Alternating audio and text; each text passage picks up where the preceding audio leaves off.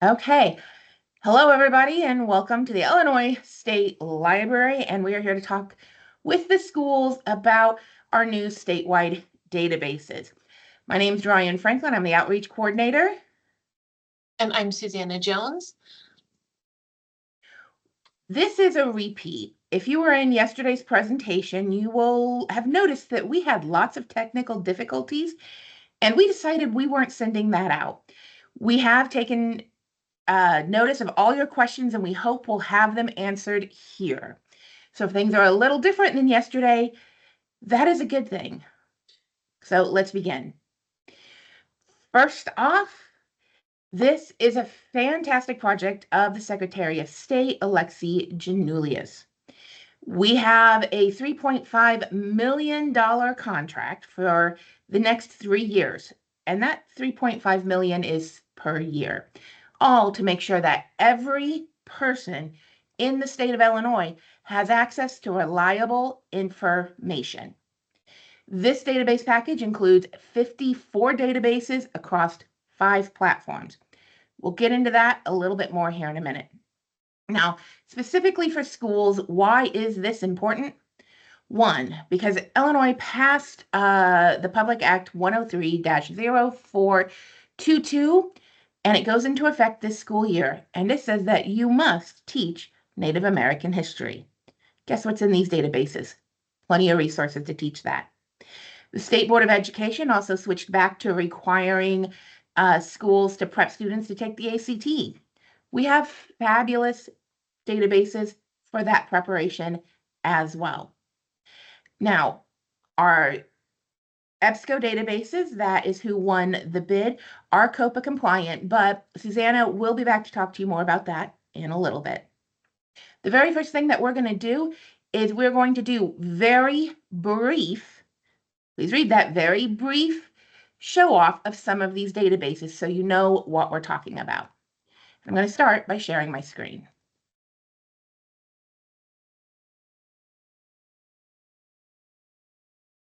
Welcome to EBSCO. This is called the Select Resource page or the profile page. You do not need to use this. That will be up to you. But it is a starting point, and if you have received your links from either Susanna or myself, this will be your first link.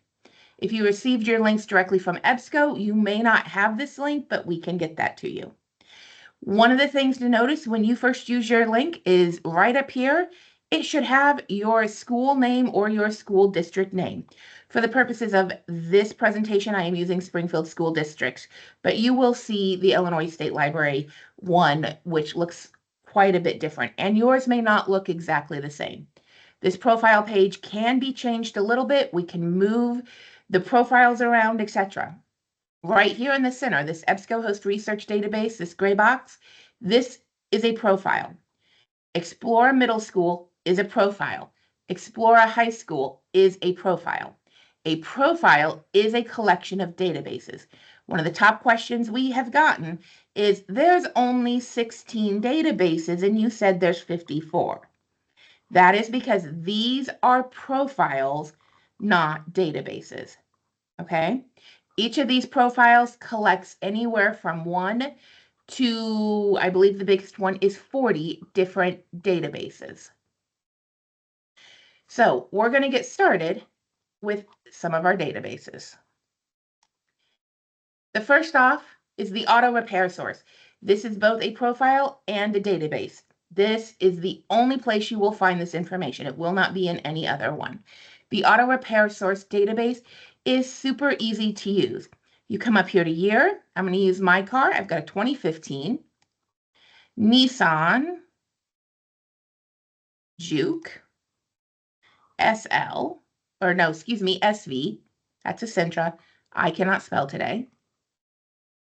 Juke SV, and technically this isn't accurate because I have a bigger engine than it automatically placed in there, and there's only one option, but that will sometimes happen when you get picky when you buy a car.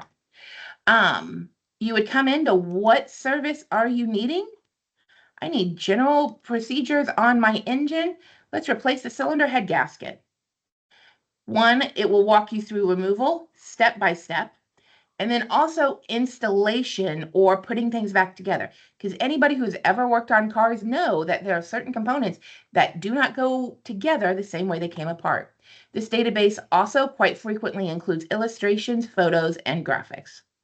This is really easy to use, and if your high school or your middle school has an auto shop, you should definitely make sure this database is added to your collection.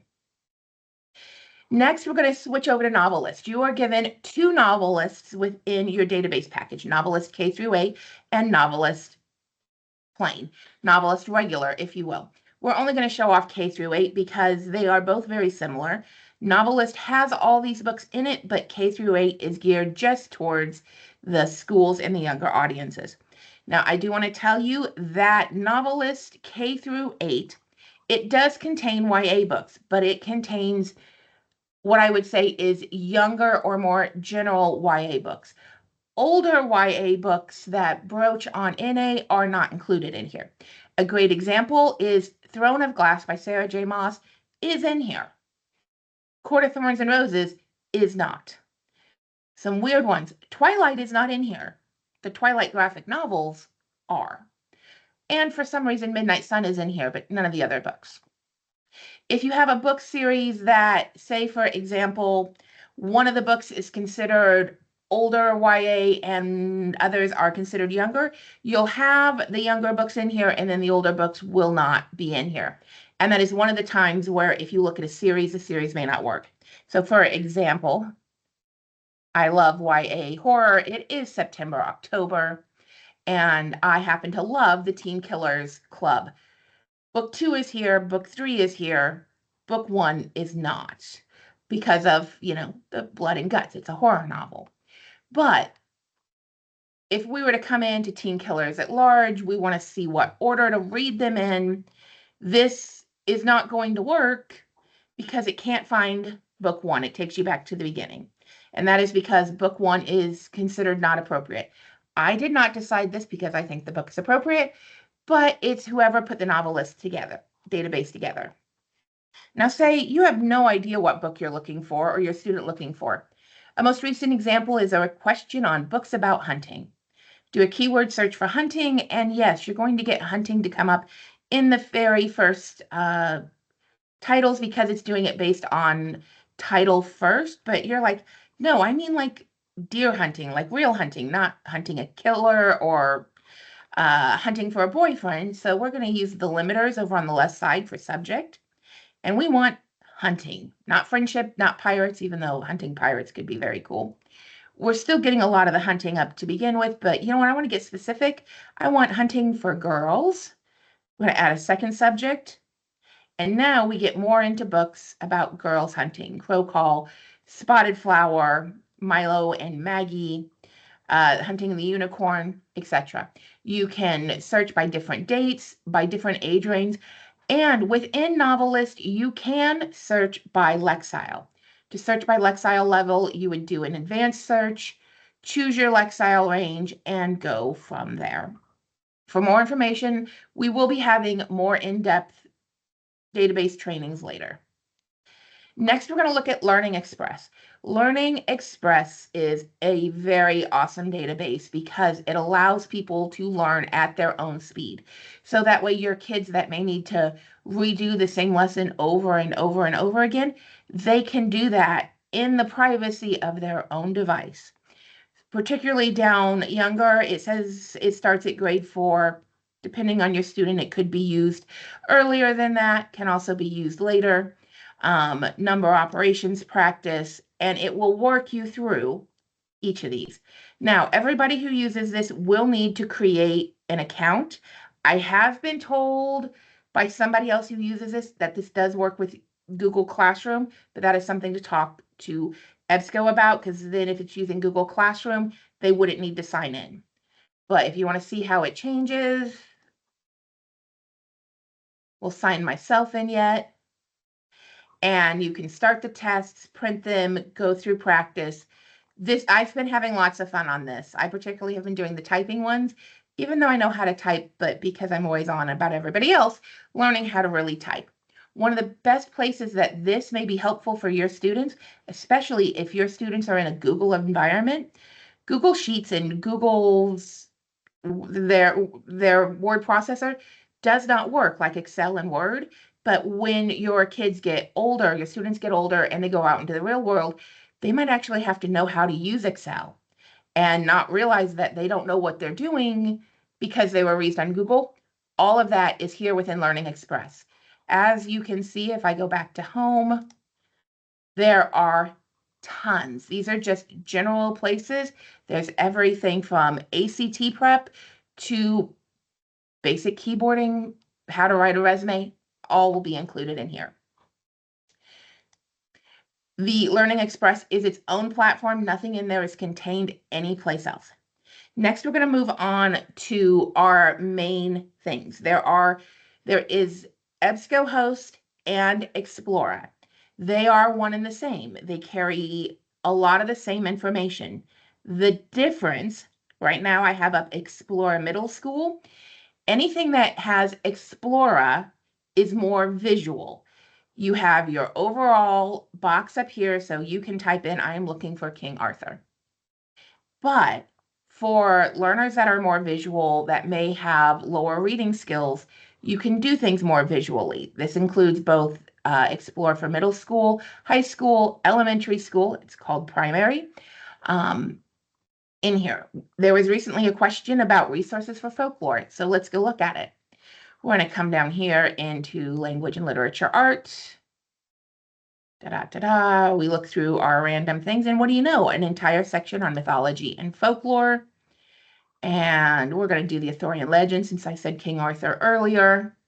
You get a topic overview, which are very well done, and they are geared towards the grade of middle school. Related topics, and then articles, books, etc. that you can find within Explore on just this topic.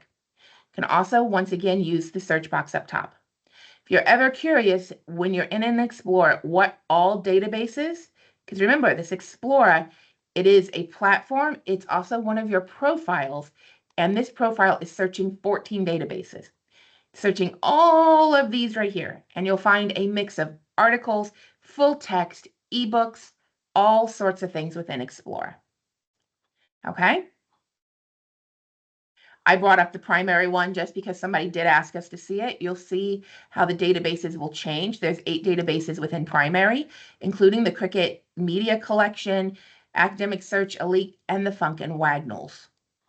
And I love saying Funk and Wagnalls. We were talking about that yesterday, which is an encyclopedia. And because somebody did ask me, Funk and Wagnalls encyclopedia is higher than a World Book, lower than a Britannica. Best way I can think to put it, but it's still a pretty good encyclopedia. And that's all what can be found within primary. And once again, done at approximately a 3rd to 6th grade reading level. Now, say you want to search absolutely everything you can in one fell swoop, you have EBSCO Host. This contains all the databases that are not within their own platforms. It contains all the ebooks, all the news articles, everything. It's going to search all 40 databases. But say you don't want to search all 40, you can come in, turn them off. There will be more practice on this later. If you ever hear us talking about the big white box, this is the big white box. Okay?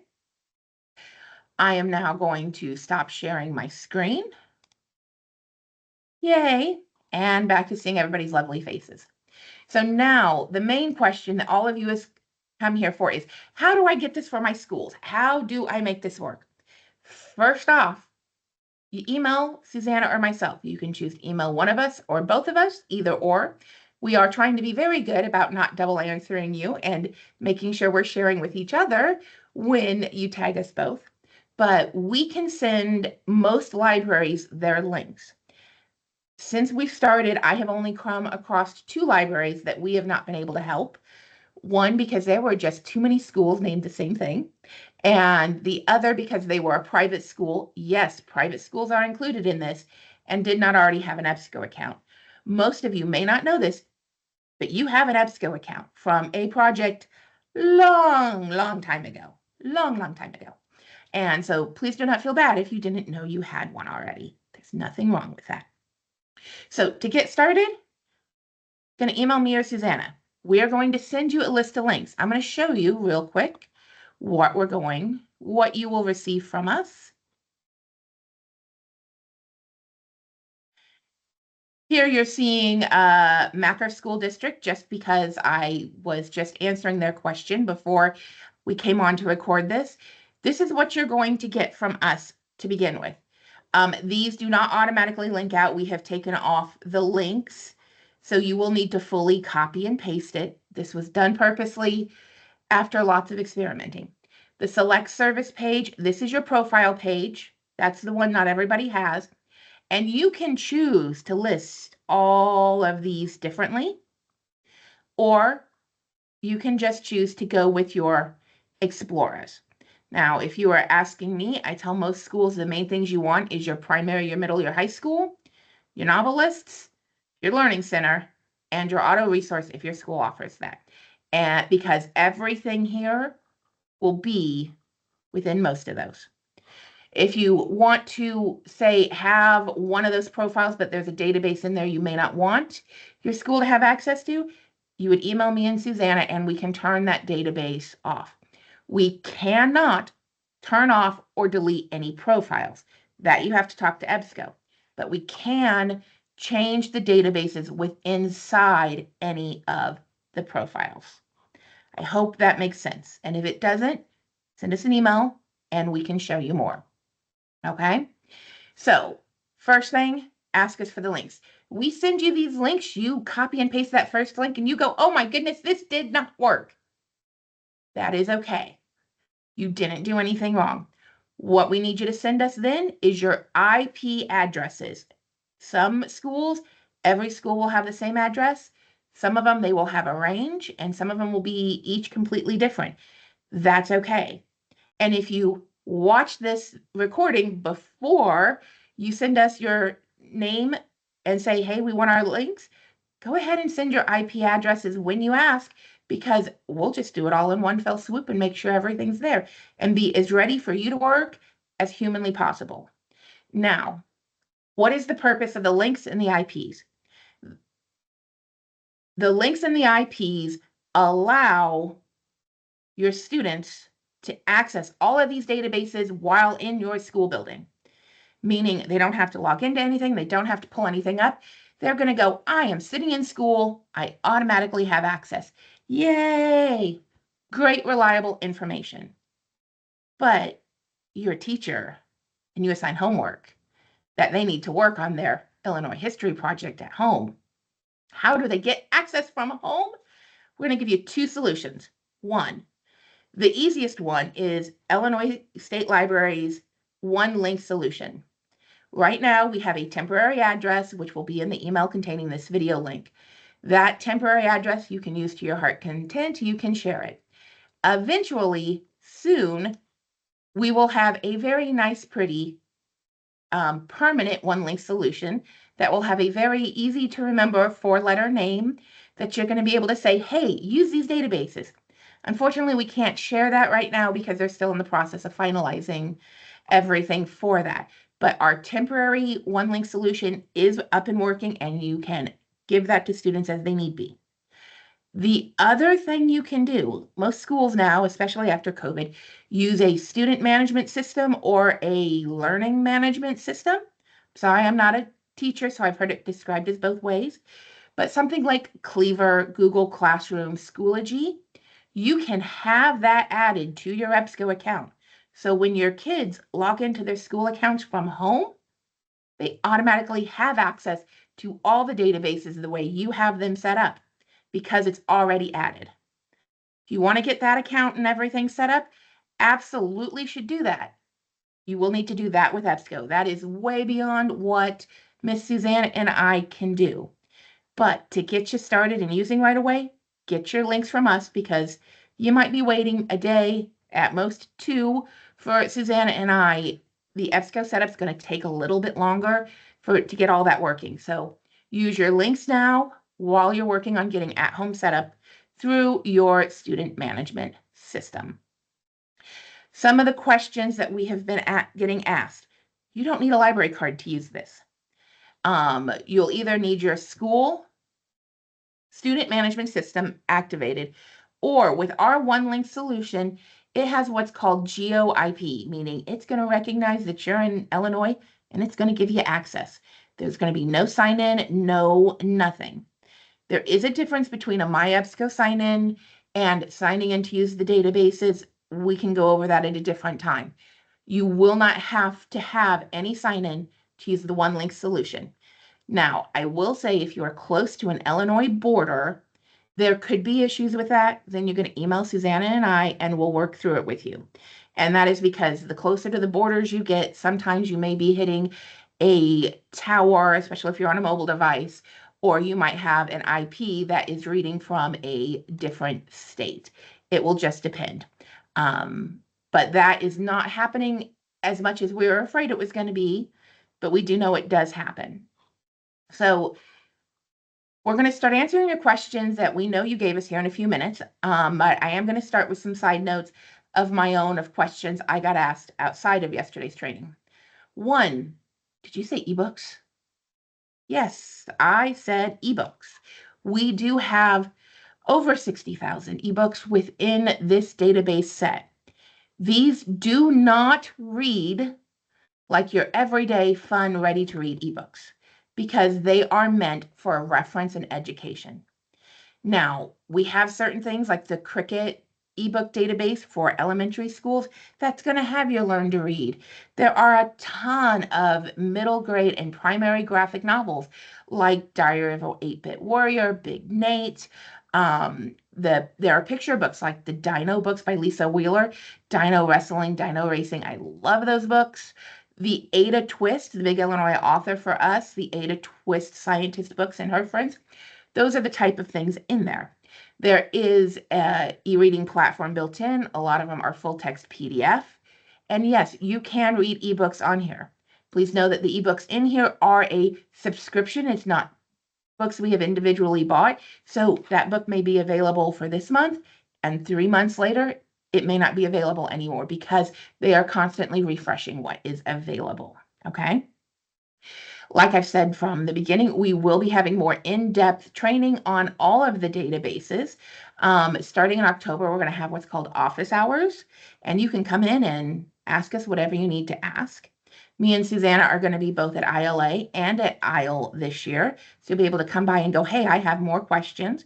And we are just now working out our in-person training schedules for October, November, and then probably January and February, more virtual training since, weather and driving across Illinois in January and February can be a little crazy. Now, I'm going to turn things over real quick to Susanna so she can talk both about EBSCO Connect and about SOPA and COPA. You. Yes, so just real quick about COPA and SOPA. So the databases that are accessed through the Explora interface or platform, those are COPA compliant and therefore they're SOPA compliant. EBSCO hasn't mentioned anything to me about DPAs, but a few schools have asked about them. So I'm going to reach out to EBSCO and see if maybe we can get one statewide data privacy agreement signed or something like that. So I just know I'm working on that, but EBSCO is good with keeping within the law. If you have any specific questions, you can email me and we can work through that. Okay, so I also wanted to show you a site called EBSCO Connect. This has a lot of help articles. It has some promotional materials for specific databases. This is where you can create a case, which is like EBSCO's help ticket. And there's an overwhelming amount of video tutorials. So let me show you that briefly just to show you what that looks like. So give me a second.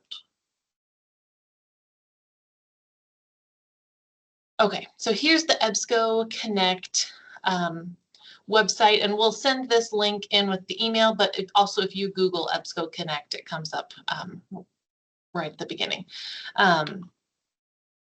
So I'm gonna, if you go over to the sign in area, You can sign in if you have information. If not, you can request an account. So if you think you'll need to contact EBSCO or create a help ticket, I think it's nice to have that option so you can request an account there. Most of the information though you don't need an account for. So any help articles or the video tutorials, you don't need to sign in. It's really if you just want to have that enter a help ticket or contact EBSCO that you'll need an account. I also wanted to point out in this Tools and Resources tab, if you go down to the promotional materials,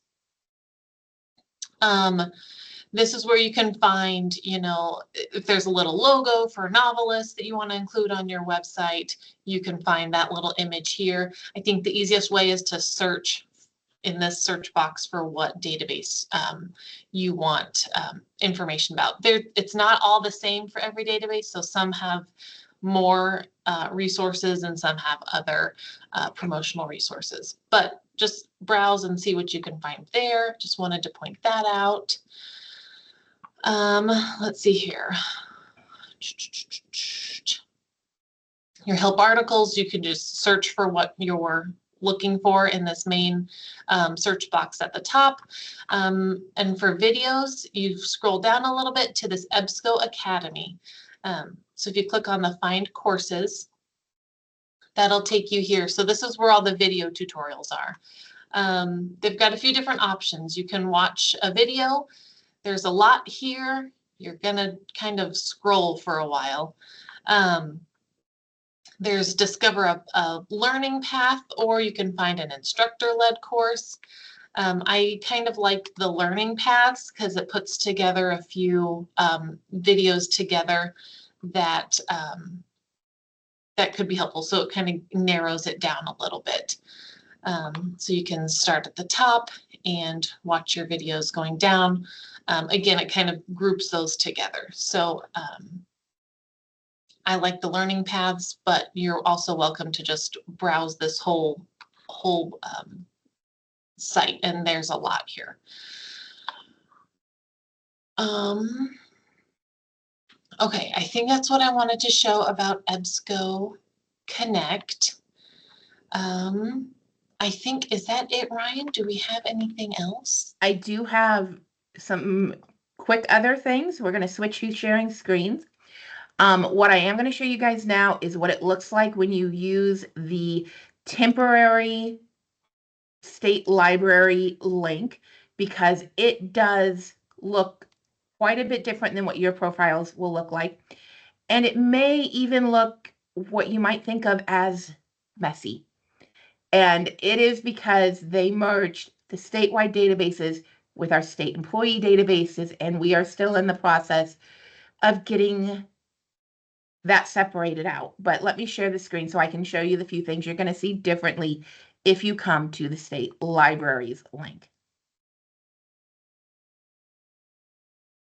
First off, this is what our profile page looks like. And we're set up so that way the top things are what our employees use the most. And if you happen to look at that and go, I don't have engineering source, I don't have military, you're right, you don't. We only pay for that for state employees because, well, one of those is pretty gosh darn expensive. Eventually that will be out of here and ours will look more like you're expecting to look. And we do have a very, very pretty page on the way. They're working on it as fast as humanly possible. And while ours looks differently, we will have things set up very, very similar. And because we did keep getting asked ebook questions, you can, as you see, we have ebooks separated out here. We actually have ebooks in two places because this used to say state employee ebooks, but your ebooks would look almost very similar to everything else. It's a big white box. And please don't look at the branding. We were testing, but we can add external links, and all of mine currently work, but you won't have any. That is something I can help you with. But you could look and set up a profile just for ebooks if you so wanted. And what is possible for some, but not all, this is called the EBSCO ebook collection module. it is old, it's going away, but we can still use it. And you will find this, it's actually called eBooks Classic. If you're over at the Illinois State page, all of this is available to you as well. It's just not laid out in this way. If that is something that did not work, it's probably telling me I signed into this yesterday and left it up. So let's try that again. Searching all the various ebook collections. We're going to tell them we want access to everything. Here we go. And you can start to see some of our ebooks. Please do not go into the ebooks thinking, I'm going to go read James Patterson.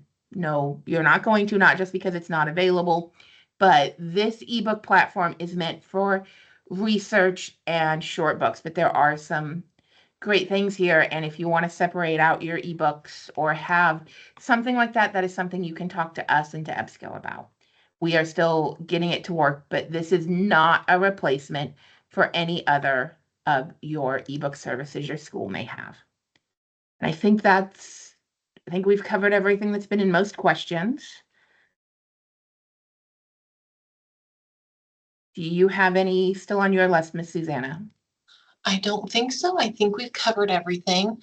Maybe let me just read off a few phone numbers, but we'll send this in the email with this recording as well. So the EBSCO support phone number is 800-758-5995. And then my contact information, my email is sjones@ilsos.gov. My phone number is 217-785-7334.